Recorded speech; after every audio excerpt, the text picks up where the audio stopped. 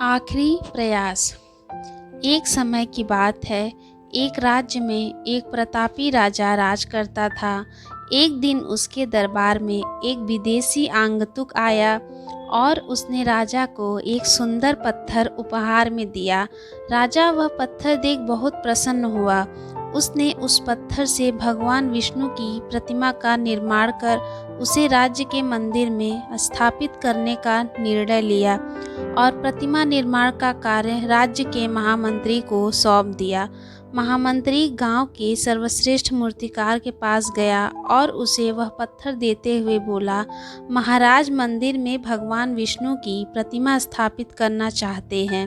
7 दिवस के भीतर इस पत्थर से भगवान विष्णु की प्रतिमा तैयार कर राजमहल पहुंचा देना।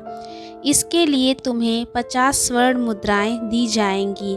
50 स्वर्ण मुद्राओं की बात सुनकर मूर्तिकार खुश हो गया और महामंत्री के जाने के उपरांत प्रतिमा का निर्माण कार्य प्रारंभ करने के उद्देश्य से अपने औजार निकाल लिए। अपने औजारों में से उसने एक हथौड़ा लिया और पत्थर तोड़ने के लिए उस पर हथौड़े से वार करने लगा, किंतु पत्थर जस का तस रहा। मूर्तिकार ने हथौड़े के कई वार पत्थर पर किए, किंतु पत्थर नहीं टूटा। 50 बार प्रयास करने के उपरांत मूर्तिकार ने अंतिम बार प्रयास करने के उद्देश्य से हथौड़ा उठाया, किंतु यह सोचकर हथौड़े पर प्रहार करने के पूर्व ही उसने हाथ खींच लिया कि जब 50 बार वार करने से पत्थर नहीं टूटा तो अब क्या टूटेगा।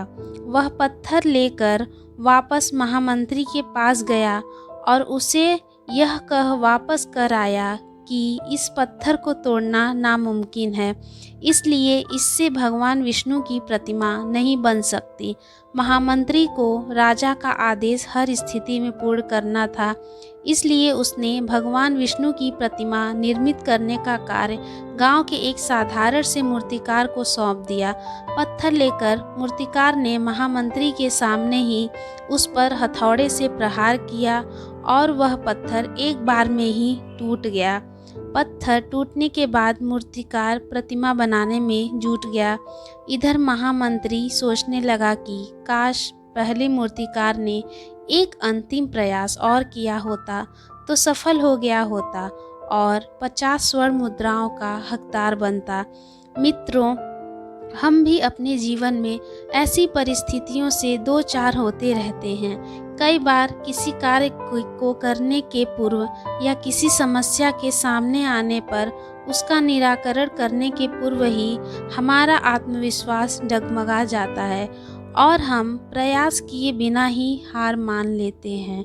कई बार हम 1-2 प्रयास में असफलता मिलने पर आगे प्रयास करना छोड़ देते हैं, जबकि हो सकता है कि कुछ प्रयास और करने पर कार्य पूर्ण हो जाता या समस्या का समाधान हो जाता।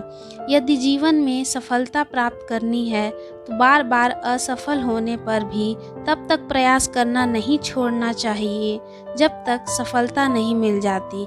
क्या पता जिस प्रयास को करने के पूर्व हम हाथ खींच लें वही हमारा अंतिम प्रयास हो और उसमें हमें